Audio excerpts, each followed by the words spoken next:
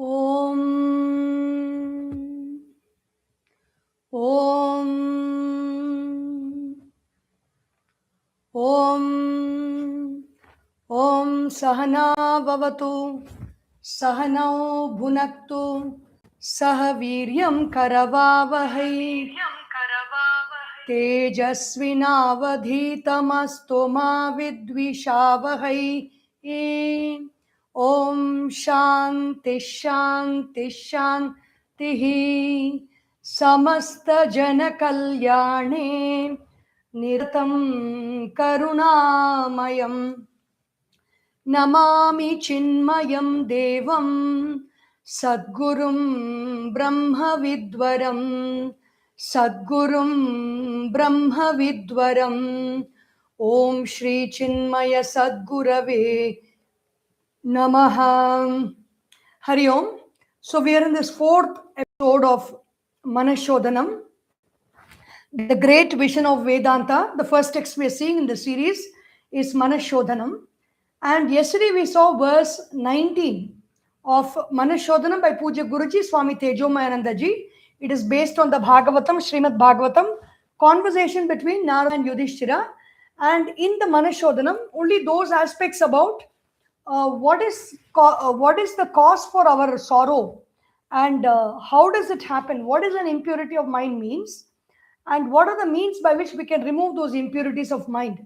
So we saw the whole flow chart yesterday of how, because of giving reality to something, satya buddhi, and then swatmano bhinnata tatha, I am different, that is different.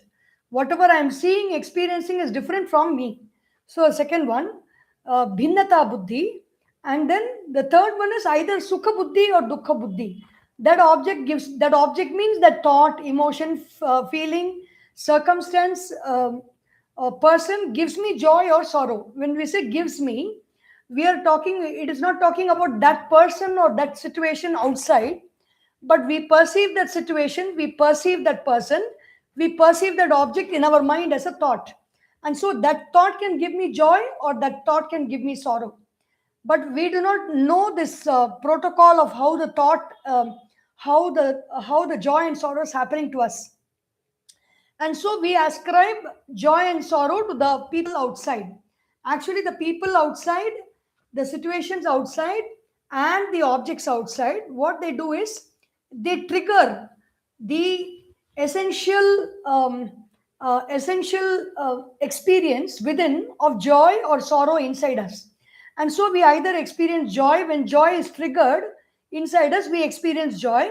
When sorrow is triggered inside us, we experience sorrow. And the trigger is not caused by them. The trigger is there inside us already.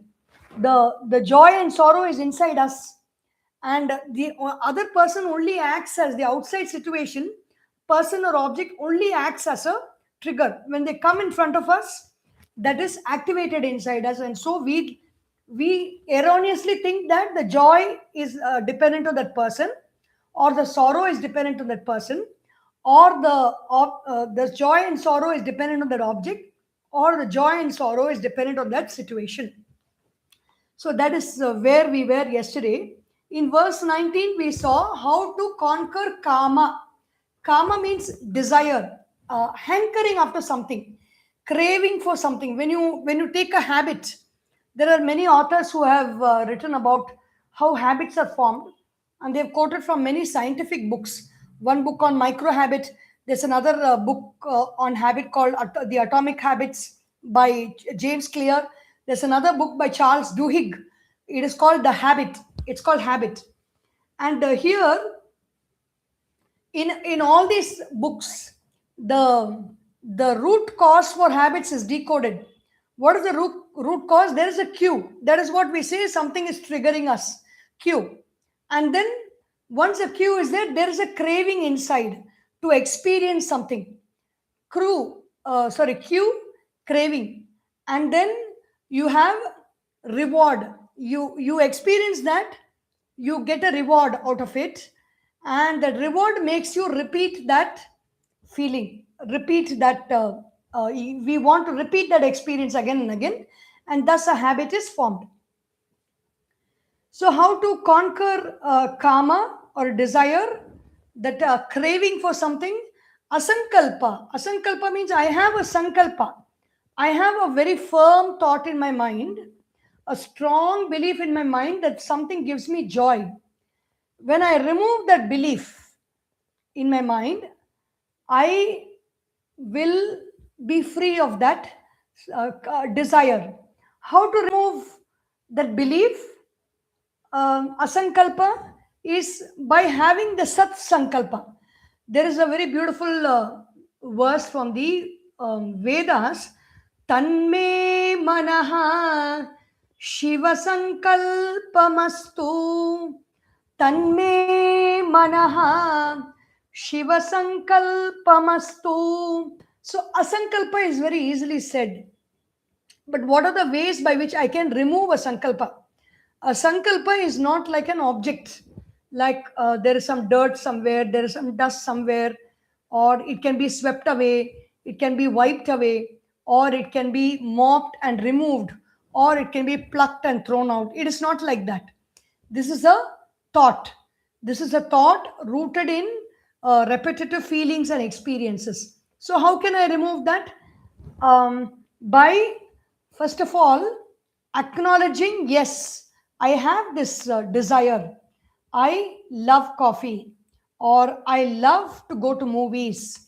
I love to watch reels on YouTube or on wherever we are watching the reels.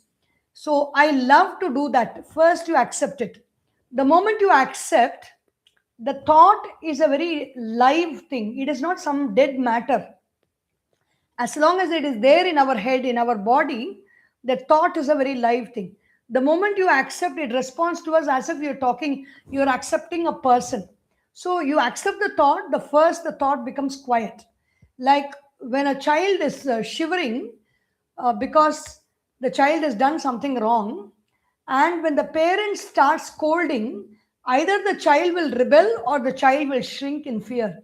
But the moment you look at the child and you say, it is okay, I know this has happened, I know this has been done by you, but it is okay, I love you. Even though whatever has happened so far, I love you. When you accept that, the child feels safe in the presence of the parent who says that, and the future is controlled. The future activities, the future habits are controlled by this acceptance. So, in the same way, we accept the thought, and then there are many processes by which we can work on the thought to remove the thought. One main process is to recognize the thought. I recognize this thought is there in me. I recognize this craving is there in me. I recognize, I accept that this craving is there. There is a book by David Hawkins. The book is called Letting Go. It's a yellow color book. It's a very beautiful book. So where the author, he is the author who has come up with the different levels of consciousness, and how we can experience higher and higher levels of consciousness. The main process he tells for reaching higher levels of consciousness is to let go. How do we let go? First, we acknowledge something. We acknowledge, yes, it is there. And then we accept ourselves. We accept that energy which is there in the thought completely, wholeheartedly. We take it back into us. And then we let go of that feeling. For example, it can be a feeling of resentment, it can be a feeling of hatred, it can be a feeling of desire. You let that feeling go while you accept the core of that feeling, which is the energy, which is your own self. That the feeling has been formed with your own energy, with your own prana shakti. So accept that prana and let the other thing go. And very important thing, once something has gone out, there will be an empty space in the mind. That empty space has to be filled by something beautiful, some goal that we have, some action that we need to do. Immediately we have to get up and start our focus on the action, because the brain has to be given a direction. The brain was all the time coupling our goal with this experience, with this repetitive behavior. Now that you have removed that repetitive behavior, we need to give the brain a goal to focus on something very noble, something very great. And as soon as this is removed, you immediately get up and do something, do some very good action. That is called, like even in the Patanjali Yoga Sutra, very beautifully Patanjali Maharishi has expressed. He talks about working on our mind and removing all impurities of mind in one place, and how to ahimsa. Like he talks of all the good qualities like yama, niyama, asana, prana. Yama means ahimsa, satya, steya, brahmacharya, aparigraha, shaucha, santosha, tapas, svadhyaya, ishvara pranidhana. 10 qualities he speaks about. And then how to practice these qualities, he says, with vitarka badhane pratipaksha bhavanam. Vitarka badhane pratipaksha bhavanam. Vitarka means like whenever these qualities, the opposite of these qualities, like ahimsa means I am doing himsa, that is affecting me, then what I should do is I should practice the exact opposite of that quality. So if I am afraid, I should just stop a while, recognize that I'm afraid, and exactly practice the opposite of that quality, which is courage. If I'm feeling jealous, I exactly practice the opposite of the quality of being rejoicing in the other person's well-being. So the moment we force our brain, we train our brain, we train our mind to do exactly the opposite also, that sankalpa will go away from us. These are all the hard ways by which we can do, but there are many other softer ways. It's a long process. You have to give yourself time. You have to be very patient with yourself. You have to be very accepting with yourself. It is not an easy task to purify the mind, but yet it is possible. Krodham kama vivarjanat. How anger goes away? Anger goes away when there is no desire, there is no anger also. Only when there is desire and the desire is obstructed, then the energy of desire goes towards the object of obstruction, and with anger, with force, with anger. When there is no desire, there is no anger. It is like saying when there is no water, there is no swift flowing river in that place. A swift flowing river is possible only when there is a heavy flow of water. When there's no heavy flow of water, when there's only trickling water, the swift flow of a flooded river is not possible. In the same way, when kama, which is like a steady flow of energy in the form of desire, is not there, then there is going to be no anger or krodha. How does lobha is, we saw this yesterday, I'm just repeating. Lobha is greed. When kama is obstructed, it manifests as desire, it manifests as anger.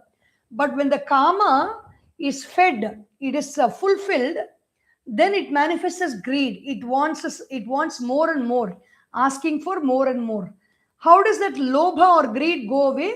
Artha, anartha, ikshaya. When I am greedy for something, for example, I have had a cup of coffee, and in just 1 hour, I have the coffee is there, and there's nobody stopping me. I can have the other cup of coffee. But when I ask, who am I and what is this that I want to have? So this is an object. This has got, this works under a law of diminishing returns. The more and more I take, the less and less I feel satisfied.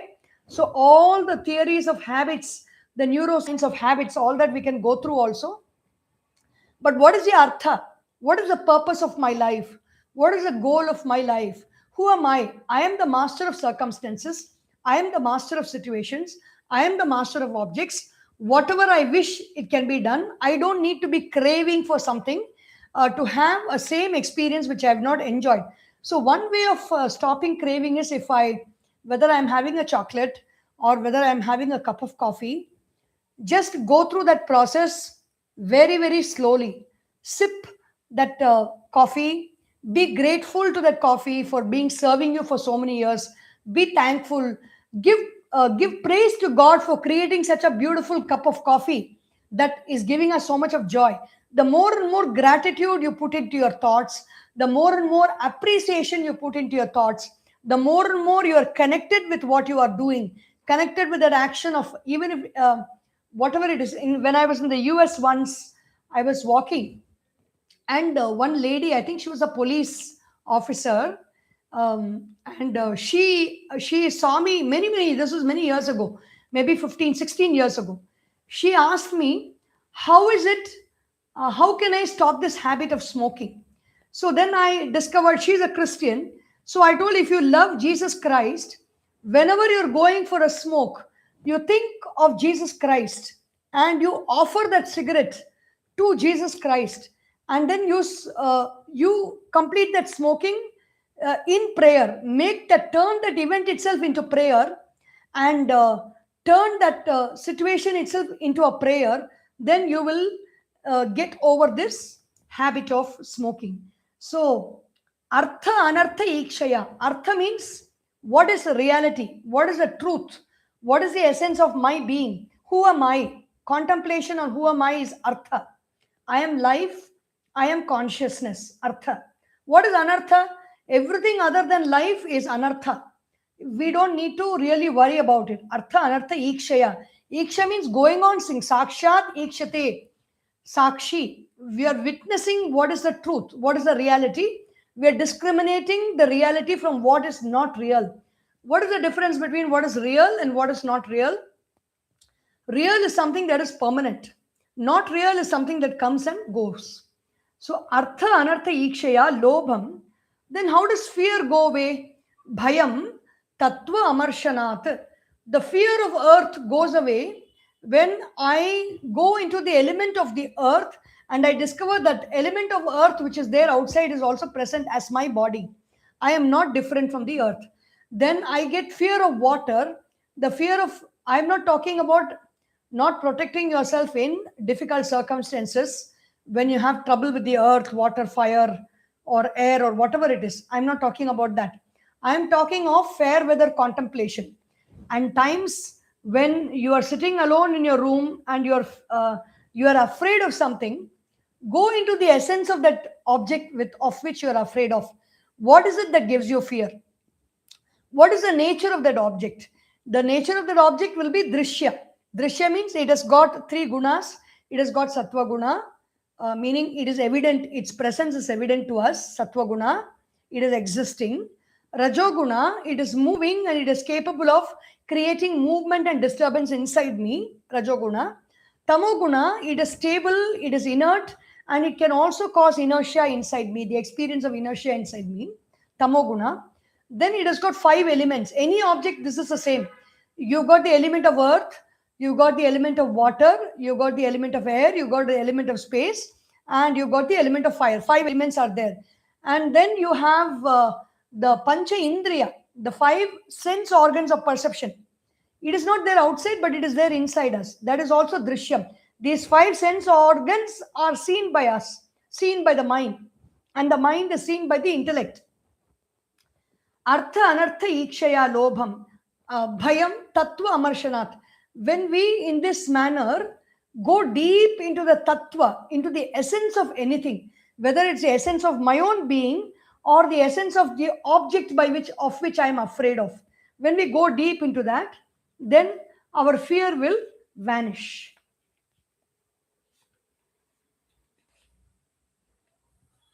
So the next verse today we are going to see this. Everything is such a beautiful course on how to come over these habits.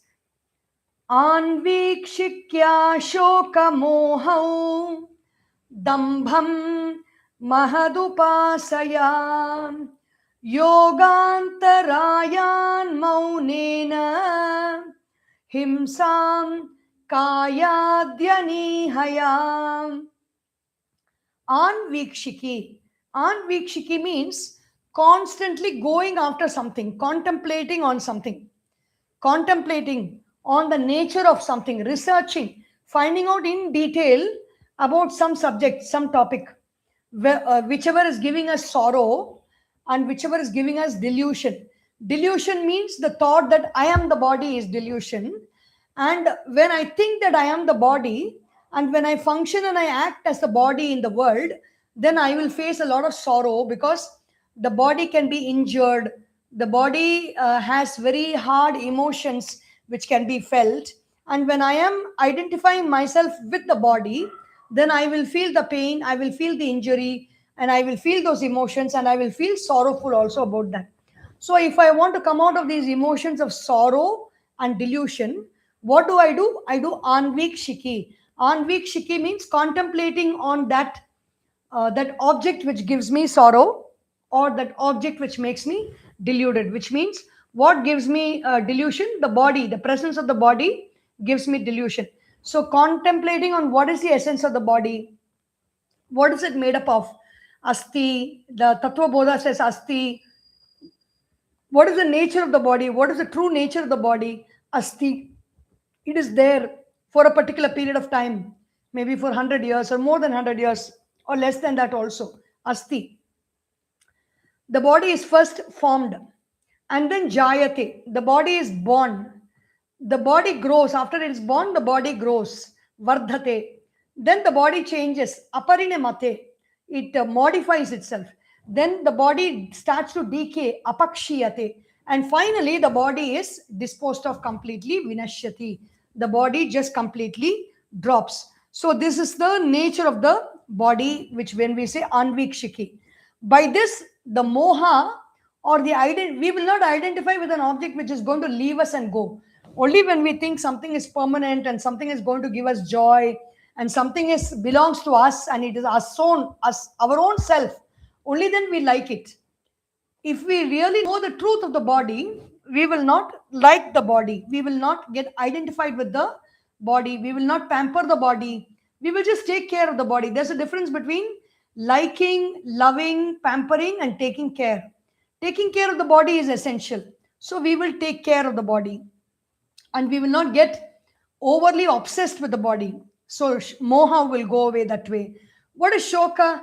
Shoka is grief. The whole Arjuna's problem in the beginning of the Mahabharata war, which is the first chapter of the Bhagavad Gita, is about shoka and moha. So this Bhagavan Adi Shankaracharya in his Bhashyam, he says shoka and moha, grief and delusion, are the samsara bija bhutau. They are the cause for samsara. Like the samsara that we spoke about in the first few verses. Samsaro yammaya praptaha. So what is it? To just recall, what is samsara? Satyabuddhir yada drishtye swatmano binnata tatha sukhabuddhistatha tasmin dukkha buddhir hiva bhave drishya vastu. The body or the grief or whatever I say, it is real. It is always there. It is permanent. And then it is different from me. And then it either gives me joy or it gives me sorrow. And if it gives me joy or sorrow, I will get raga in the case of joy and dvesha in the case of sorrow. Wastefully, there is no need for raga and dvesha, but it comes. And then what happens? When I have raga, I move towards that object or I pull that object towards me. When I have dvesha, I move away from the object or I push the object away from me. These things, we do these actions. And what happens? If I get the object which I desire, I become, the sukha of that object turns into me and I become sukhi. If I don't get the object, the dukkha in that becomes one with me and I become dukkhi. And this is called samsara. So anvikshikya, so shoka moha, shoka and moha, which are the roots or the seeds for samsara, will go when I contemplate on whatever is giving me sorrow and whatever is giving me delusion. Contemplate on the essence of that, research and find out the truth, go behind it, ask questions, and then finding out what it is really. When I see for myself clearly what it is really, when I see that it is a rope, there is no fear about the rope. Only when I don't see it is a rope, I fear that it is a rope, and that fear will cause other problems in me. Then we have another impurity of mind that is called dambham. Dambham means being very proud of our own selves, being very proud of our wealth, being very proud of our learning. In modern day Gen Z language, it is called cringe. Something very limited. When you speak about it, people get very irritated. So that is dambham. Dambham is showing off or pomposity. How does it go? Mahad upasaya. When you worship a great person, when you worship, if you are proud of your knowledge, go and fall at the feet of a very knowledgeable person. When you're proud of your wealth, go and fall at the feet of somebody who is more wealthy than you. When you're proud of your capabilities or power, go and fall at the feet of somebody who is more powerful than you. So Mahad Upasaya, our dambam will automatically go away. We don't need to do anything to push it away. Then the other one is Yoga Antarayan Maunena. Antaraya means obstacle. There is between the ideal self and the actual self, there are many obstacles. There are many bushes inside which need to be removed. And what are those obstacles that have to be cleared? In the Yoga Sutras, it is said, Vyadhi, 9 obstacles, and 4 you say buy one, get one free. So you get buy 9, get 4 free. So in the Yoga Sutras, it is there. Vyadhi means bodily disease. It's an obstacle for our contemplation, for our meditation. We just go into thinking about that pain or that suffering or the disease. Vyadhi. Then you have Sthana. Sthana means laziness of the body. Then you have Samshaya. Constant doubt is there. You are not being very clear. Samshaya. Avirati is, I want to withdraw from something. I know it is not good for me, but I am not able to withdraw. I go and get attached to that thing. Avirati. Then Alasya, Sthana is the mental laziness. Sthana is the ability of the mind which is refusing to see reason, is very dull in its nature, and it refuses to shift. There are people who, when we do healing and all for them, so we will ask them to rate their pain on a scale of 1 to 10. And nearing 10 means it's very intense, and 0 means it is less intense. It is almost 0 intensity. So they will begin with 9 out of 10 or 8 out of 10. Then you would have done that healing session for them, or you would have made them do the process, which can definitely bring it down, because we know it comes down. It works uniformly, universally. It works with people who are basically accepting, more and more accepting. But there are people, they will be, even though they experience that it has become lesser, they will not want to admit, they will not want to say that, yes, it has become lesser. So what is that called? Sthana. Sthana is a mental kind of a dullness where you don't see and you don't want to see. And even if you see, you don't accept that you have seen. Sthana. Samshaya is doubt. Avirati is whatever I want, whatever I don't want, I am not able to leave that. I keep going back to those habits and those patterns. Avirati. Alasya is the laziness of the body, the physical laziness. Alasya. Then you have pramada. Pramada means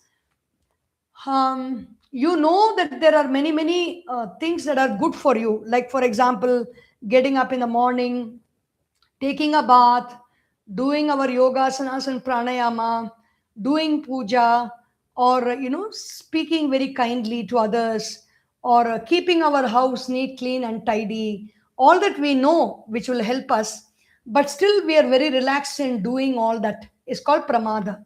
Doing all our sadhanas. We don't do any sadhanas. Pramada. Then you have another impurity of mind called Bhranti Darshana. Bhranti Darshana means the mind is so disturbed that it is not seeing things clearly. It is seeing things other than what it actually is. For example, all this is Bhranti Darshana. Seeing a rope as a snake, or seeing a stick as a snake, or seeing a post as a ghost, or experiencing the flapping shirt in the wind as if a ghost is coming and tapping us in our neck, or a vampire is coming. This is Bhranti Darshana. Or seeing something, a person is actually well-meaning, they're just coming towards you with a good intention, but you ascribe wrong motives to that person and you continue to see that way. It is Bhranti Darshana. Bhranti Darshana. Then Alabdha Bhumikatva. I am striving to be somewhere, in some place in my life. How much ever I strive, I am not able to reach that space. I am not able to reach that state of mind. That is Alabdha Bhumikatva. And sometimes the next thing that happens, anavasthi tattva. Even if I reach that state, I am not able to retain it for long because I am not in a matching vibe that every state of being. For example, if I want to be in a happy state, there is a vibratory match to it. I need to be in that vibratory match to stay in that happy state. Otherwise, the moment I am in a very a happy state of vibration, I will be in a happy state. And when something else happens and I move out of that state, I will fall back into my original state. So that is anavasti tattva is I cannot retain that position for long. So vyadhi, sthana, samshaya, avirati, alasya, pramada, bhranti darshana, alabdha bhumikatva, anavasti tattva. 9 are over. And then you have the 4 that come free. Dukkha. Dukkha means sorrow. Daurmanasya means depressed state of mind, like a bored state of mind, a dull state of mind, not depression. It's not a disease that we are talking about. It is a state of mind that we are talking about. Daurmanasya is durmana. How much ever a person gets, they will refuse to be happy. They will refuse to smile. They'll refuse to be cheerful. They will refuse to accept that somebody did something good for them. And they will hold on to their own ideas and thoughts that no, I am always like everybody, nobody loves me, and I am always the unlucky one. I always get everything last, and whatever I earn will always go away. Everything leads to daurmanasya, because these are all the ideas and thoughts we have about ourselves that keep us in a very low state of mind. Then Angame Jayatva is one obstacle. Angame Jayatva is unconscious movement of the body, agitation of the body, shaking of the body, physical shaking, like people, they cannot keep their legs quiet sometimes. And especially when you sit in a doctor's clinic where all the chairs are together, one person in that chair will be shaking his leg and everybody will be shaking along with that person. So that is Angame Jayatva. And then you have Shwasa Prashwasa, is the inhalation and the exhalation is not in order. It is very disturbed. So these are the Yoga Antaraya and Chitta Vikshepa. Chitta Vikshepa is modifications of the mind. Yoga Antaraya is the disturbances in the obstacles in the body. And how do these go? Maunena. In the Patanjali Yoga Sutra, of course, Omkara ends in Mauna only. But here, Guruji has given Mauna. Mauna or silence is the way by which we can overcome these problems. In the Patanjali Yoga Sutra, these obstacles are mentioned. The Chitta Vikshepas are also mentioned. And the means to overcome that is Ekatattva Abhyasaha. Take up any one thing. Ideally, it is the Omkara Pranava Japa is being said. But Ekatattva Abhyasa is if I want to conquer something, if I want to conquer these obstacles and the disturbances of mind, I take up one thought and I keep focusing. The thought can be some God, some Bhagavan Krishna, Rama, or Dakshinamurti, or Subramanya Swami, or Subramanya Swami, or Ganesha, or Devi, any one thought. Or it can be the mantra of Om, or it can be contemplation on the Bhagavad Gita or the Upanishads. When we constantly focus on one thought, or it can be playing of some music, practicing to sing, and singing for the Lord, or listening to something very beautiful. But it should be just one thing. When we focus on that, the mind automatically becomes quiet and these obstacles disappear. So Yogantarayan Maunena, by quiet contemplation, these obstacles, they go away. Himsam Kayadi Anihaya. Himsa is like I am very agitated and I also cause agitation towards others. It is not talking about others himsa to me. Others himsa to us, we have to protect ourselves. Like physically, if it needs to be, we have to take care of ourselves. We should not let others injure us. But here the himsa we are talking about is my causing injury to others by my actions, by my thoughts, and by my words. Kaya, manasa, vacha. When I am causing injury to others, how can I avoid that? Kayadi anihaya. I withdraw the body, I withdraw the speech, I withdraw my thoughts and keep it quiet, and I will not hurt anybody else. Himsa Kayadi anihaya. And then what else? The very beautiful Kripaya bhutajam dukkham daivam jahyat samadhina atmajam yoga viryena nidram sattvanishevayam. Kripaya bhutajam dukkham. So there are beings in this world who cause sorrow for us. And what can they give? Only what they have, they can give. So somebody has got a lot of sorrow. They have sorrow and they give a little bit of sorrow to us. And we are experiencing that sorrow that they give. And how do I handle that? I don't handle it with anger. I don't handle it with hatred.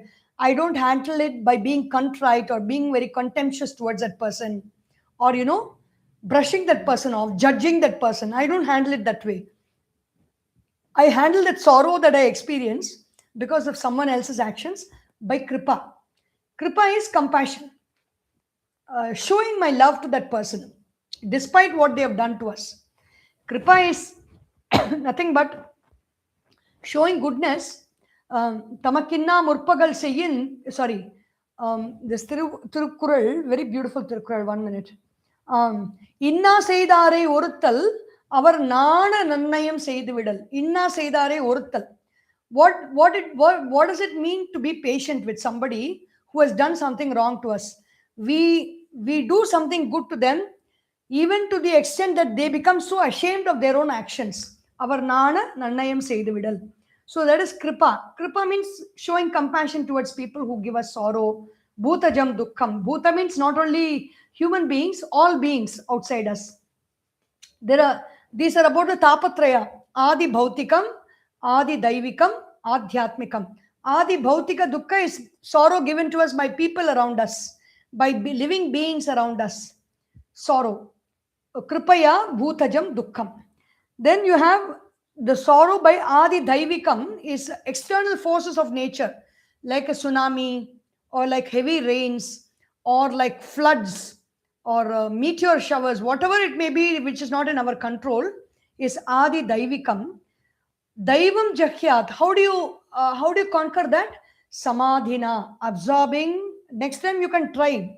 We don't need to invite such problems and situations in our life. But when something happens that's beyond your control, like a very heavy rain or floods, when the meteorological warning is given there's going to be floods, and they name the flower like Ditsa, or whatever name they are giving to the flood, instead of going on television and watching about that flood news and seeing where all people are suffering and where all people are affected, you can sit in your room quietly. Even one person doing this can change the whole force of the floods for the whole city. That is possible, or the whole country also, but we can keep it a little manageable. The whole city can be protected by even one person sitting quietly like that. So daivam jahya, that is what the great Mahatmas used to do when people really like this Rishi Shringa. Rishi Shringa was a rishi. There is Angadesha's king. He has got a daughter, that is Rama's sister. Her name is Shanta. And in that Angadesha, there was no rain for a long time. And these people, the people of Angadesha, they were all having a meeting with Dasharatha. How is it that we can bring rains? So there should be a very pure person who has got no contact with society, such a pure hearted person. When that person comes and sets foot on this soil, then there will be rain. So such a drought, such a famine was there for so long. And then there was only one such person, who is the son of Vibhandaka Rishi, living in the forest. He has been brought up in such a way that he has not even got the fragrance of other women. He has not got the fragrance of city life.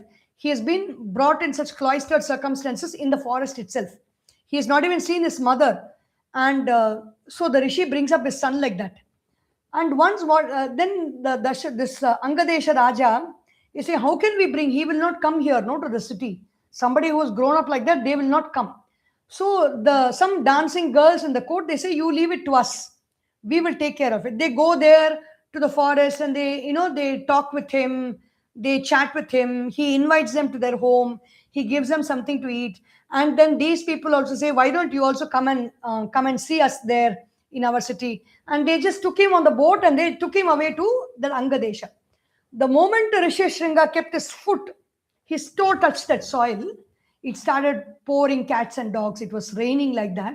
And then that king got Rishi Shringa married to his adopted daughter, Shanta. And that was the person who did the Havans for Rama's birth of the four sons in the Ramayana. So, Daivam Jahyat Samadhina. How can we conquer external forces? By samadhi, contemplating, keeping the mind in a state of quietude. Quietening the mind by absorbing all the thoughts is samadhi sthiti. By that we can conquer the forces of nature also, which are not in our control. It is not a question of we can do it, but the more and more we are absorbed, the possibility is very, very high. If it is not happening, it is not because the rule does not work. It is not happening because we have not really absorbed ourselves that much. Then Atmajam Yoga Viryena. Atmajam Dukkham. Adi Bhautikam, Adi Daivikam, Adhyatmikam. Adhyatmikam is in my own body, my own mind, and my own intellect is the source for a lot of sorrow. And how do I conquer that? Yoga Viryena, by Yoga Bala. Yoga means it is not only asana, pranayama, and meditation and all that. Ashtanga Yoga. Yoga means basically integrity. Yoga means living a life of truth, accepting what is a truth, and whenever there is falsehood, being aware and rejecting that falsehood, and accepting what is truth in my life, and being truthful to who I am, and not putting on a mask of being somebody else other than I am. So many aspects are there in yoga. Yoga basically means integrity, not withdrawing. The other extreme of yoga is sannyasa. Sannyasa is completely rejecting everything and going away into the forest. Yoga is living in this world, being in this world, and doing work in this world, engaging in this world, and receiving from this world, giving back to this world, and at the same time maintaining a very high standard of existence in terms of our qualities, improving our own physical fitness, our own breathing, quietening the mind, quietening the breath, and quietening the body, purifying our responses, fine-tuning our responses is yoga. We become, it happens by increasing our strength. Yoga Viryena. The more and more we practice yoga in any form or the other, whether it is Nada Yoga, whether it is Bhakti Yoga, whether it is Karma Yoga, whether it is Raja Yoga, or whether it is Hatha Yoga, or whether it is Jnana Yoga, whatever yoga we may follow, when we are constantly working on it, we develop virya. We develop a lot of power. And that yoga bala, yoga viryena, atmajam dukkham jahyat. I will be able to conquer the sorrows of my own being with yoga virya. Yoga virya is energy. Nidram sattva nishevaya. Nidra is a big problem. Nidra means sleep. I feel sleepy when I ought not to be sleeping. I want to be awake and doing something. Everybody is awake and doing something. I'm not able to participate in that. Sleep automatically in charge of my sleep. Then I should work more on sattva guna. When I increase my sattva guna, sleep is also conquered. Nidra sattva nishevaya. Focusing on sattva guna. The 22nd verse. Rajastamascha sattvena sattvam chopashamena cha etat sarvam gurau bhaktyam purusho hyanjasa jayet. Rajas, tamas. Rajas is too much of dynamic activity, movement, change, ambition, drive, going after something all the time. Rajas. Tamas is not doing anything, just lazily sitting or being very dull in mind, body, and words, not even wanting to speak, because low levels of energy is tamas. When the energy levels rises, it brings us into a lot of activity that is rajas. These two can be conquered by sattva guna. Sattva guna is a steady state of being, a meditative state of being, a meditative state of responding, not acting, but really, it requires a lot of yoga sadhana and practice to come into Sattva guna. Sattvam cha upashamena cha. The Sattva guna also has to be conquered because these three gunas will be changing all the time. They are different levels of vibrations, and one will become stronger than the other. It's like a toggle switch. You press it once, the light will be on. If you press it again, the light will be off. So toggle like that. These gunas are like toggle switches, and they keep even in our panchangam, every 1.5 hours these gunas are changing. 1 hour, 1.5 hours, the day begins with Sattva guna, and then it turns into Rajo guna, and then into Tamo guna. So, like all the 24 hours is 1.5 hours cycle. The Sattvam, Rajas, Tamas is changing in this whole universe. So, what to say about our own physical body also, it changes. So, we cannot relax because Sattva guna is there and I have become Sattvic and I am always going to be Sattvic. No. The problem of turning into Rajas and Tamas is always there. So, even that Sattva has to be transcended. How to transcend Sattva guna? By upashama or meditation.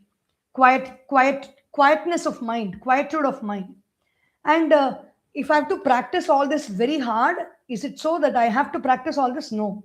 There is an easier method also. What is that easier method? Etat sarvam gurau bhaktya purusho hyanjasa jayet. I need to overcome these qualities. How can I overcome these qualities? By love for my guru. Guru is a person who takes the responsibility for guiding us through our life, provided we do.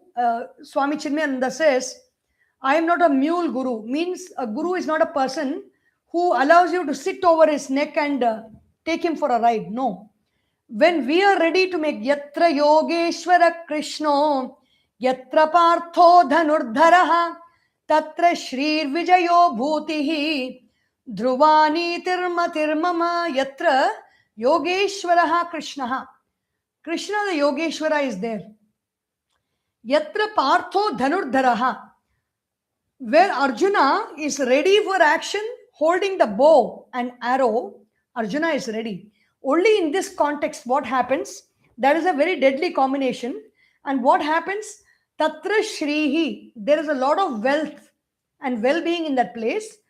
Tatra Shri Vijayaha, there is success. Bhutihi, there is prosperity. Dhruvanitihi, there is certain justice that prevails in that place. So that is what. Just by worshipping the Guru and by praying to the Guru or Guru sab dekha jayega, not like that. The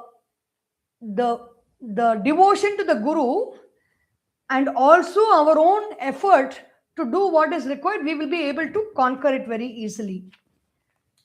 Purushaha hi anjasa jayet, means these qualities, even though they are difficult to be conquered, with the devotion to the Guru, we can easily work it out. It can easily happen for us. And this 23rd verse, Upadeshamimam nityam vimrushami punah punah shamanam cha prapashyami malanam tu shanai shanaihi. The name of this text is Manah Sodhanam. We purify the mind of what? We purify the mind of Mano Malas. And we saw what are the Mano Malas and how they are formed. And what are all the ways by which we can remove those Mano Malas. So what do I say? Finally, Upadesham imam nityam vimrshami. I contemplate on this Upadesha. Upadesha means something that brings me close to the truth. Upa samipe. Desha means place. Upadesham imam nityam vimrshami. I contemplate every day. Punah punaha. Again and again I contemplate. Then what happens? Shamanam cha prapashyami. I also see that malanam cha shanai shanaihi. Slowly, I see that the impurities of mind are becoming quiet. They are no longer drastically creating a lot of trouble for me. This 24th and 25th verses are concluding verses. What happens? Ishvara nugraha devam prasadena gurostatha Kim na sadhyam maya loke nischintoham matodhuna. By Ishvara Prasada, Ishvara Anugrahat, by the blessing of Ishvara means blessing of that prana within us, that life force within us. Because it's there, we are able to speak and do many actions. If that life force is not there, we cannot do actions. Ishvara Anugrahat evam. Only by that. And then Prasadena Guru Satha, when the Guru is pleased with us. Guru is that mentor, that guide who is available for us in our life, who is committed to see that we are doing well in our life and we grow and we prosper and we realize the true nature of ourselves. That's a Guru. Kim na sadhyam maya loki, what is not possible by me in this world? Nischintaha aham ataha adhuna. So I am free of all worries. I don't have any worries right now about how I am going to bring about the purification of my mind. The 24th and the last verse, Prapsyami shighram manaso hi shuddhim lina swarupe bhavita cha buddhi pashyan nijananda swarupa lokam sukham charishyami sada vimuktaha. I am always free. How do I become free? Free means I'm free of what? I'm free of my being held in the grip of these impurities of mind. Prapsyami shighram. I will very soon attain what? Manasaha hi shuddhim. The purity of mind. Purity of mind means all the qualities. The mind is completely in a steady state, in a very comfortable and steady state. That's a pure state of mind. It is very focused. It is very concentrated on the work that needs to be done. Manasohi shuddhim prapsyami shighram. I will soon attain the purity of mind. Lina swarupe. The mind, the buddhi or the intellect, where does it fall back into? It falls back into its own true nature, which is consciousness. It is not rising up. It is not trying to do something. It is not wanting to go and achieve something, anything outside. The intellect is quiet and it has fallen into its true self. Lina sparupe bhavitacha buddhihi. The buddhi is resting in its nature. Pashyan nijananda swarupa lokam. I see this whole world as Nija Ananda Swarupa. As Nija Ananda means my own joy. Whatever joy that I express, that is only the expressing as this whole universe around me. Everything that is in this universe is born out of joy. There is nothing else. Bliss is a very important aspect of our existence. Nija Ananda Swarupam Lokam Pashyan. I see that. And what happens? Sukham Charishyami. I am always happily walking. I'm comfortably walking. I'm effortlessly walking. Sada Vimuktaha. At all times, I am free. Meaning, I am consciousness. I realize that I am consciousness and I am not this body, mind, and intellect and matter, matter, emotions and thoughts, objects, emotions, and thoughts, body, mind, and intellect, perceiver, feeler, thinker. I am not all these things. I am that consciousness. When I stay in that realization, when I am absorbed in that realization, I am sada vimuktaha. At all times, I am free. There's nothing that can bind me in this world, in this universe. With this, we come to the end of this book called Manah Sodhanam. As is a practice, all these texts, they don't begin and they don't complete. They're always going in a cycle. So we will read the first verse, verse 1.